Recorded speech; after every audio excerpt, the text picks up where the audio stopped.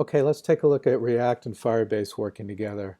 This is going to be a client-side rendered app rendering the React in your browser, not on the server. And Firebase is a very fast database service that uses WebSockets, so the changes you see are immediate. And it's going to be hosted on Netlify. So what we're going to be looking at is what gets built in this course, React for Beginners by Wes Bos, and he creates this fish market catch of the day fish market app in React. And this is what it looks like hosted up on Netlify. You can see how you can add things to your order, etc. And then over here is the inventory control. I'm logged into the app, so that's why I can see this inventory control. I'll just simply show you that it's hosted on Netlify here. In this case, Netlify is not doing any kind of a build process or anything like that. All it's doing is hosting the files. So it's just, that's all it's doing. And the way I deployed it is I did not connect it to the Git repo. I simply used the Netlify command line interface in my local computer, and it's just a command. It's Netlify deploy that you can just push it up to this particular instance on Netlify.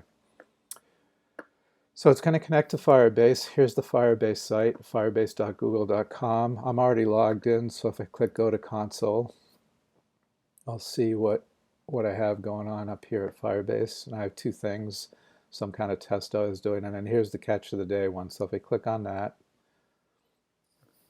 there's various things over on the left-hand side. I'm not going to go over authentication here, but that is how, when you take that course, that is how authentication works on the fish market, to log in to be able to change the inventory. But if I click on the database settings, I'm going to see this. Now the reason why it's got this funny name here is that the way he sets up the course is that when you first go to the site, it asks you to pick a store, and it automatically creates a random store name. So that's why that funny name is there. But I'm not going to create a new store. I already have this store. So I'm going to pop that open, and you can see the fishes here. So fish 1, fish 2, fish 1 is Atlantic halibut, fish 2 is lobster, etc., etc. So that's the inventory.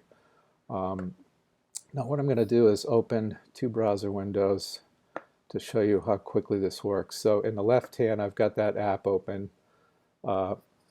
And on the right hand, I've got Firebase open. Now watch the name over in Firebase Atlantic Halibut as I change it on the website to Pacific. See how quickly that changed in the database? So that's how fast this stuff works. The other thing I want to show you too is that if I add to order and I change it back to Atlantic, it changes in all three places that it shows in the app, which is one thing that's cool about React, right? And it also changed it up in the database. So I can show you how I can go the other way, where I can do it from the database. And it changed it in the app in all three places that it's being used. So that's, like I said, a very dynamic type of site, all client-side rendered, not server-side rendered, not a static site at all, a very dynamic site. And I'm just going to briefly show you the code involved. And it's going to have to be brief because it's way too much to go into what all this app does. But it's got the usual React src folder with components folder. One file you need to do is create this base.js file where you import Rebase from Rebase, import Firebase from Firebase, and then it just needs an API key, it needs the authorization domain, and it needs the database URL.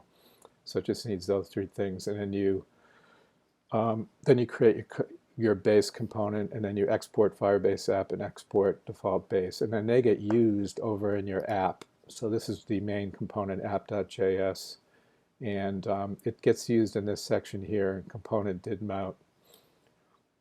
And this is the code that's actually syncing the local state of the React app to the Firebase database.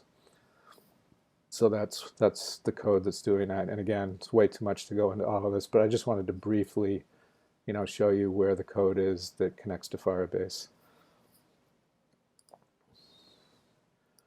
So I think that's it. I would just recommend going into Firebase and seeing all that it can do. Get yourself a Firebase account and just play around with it. It's pretty neat. All right, that's it.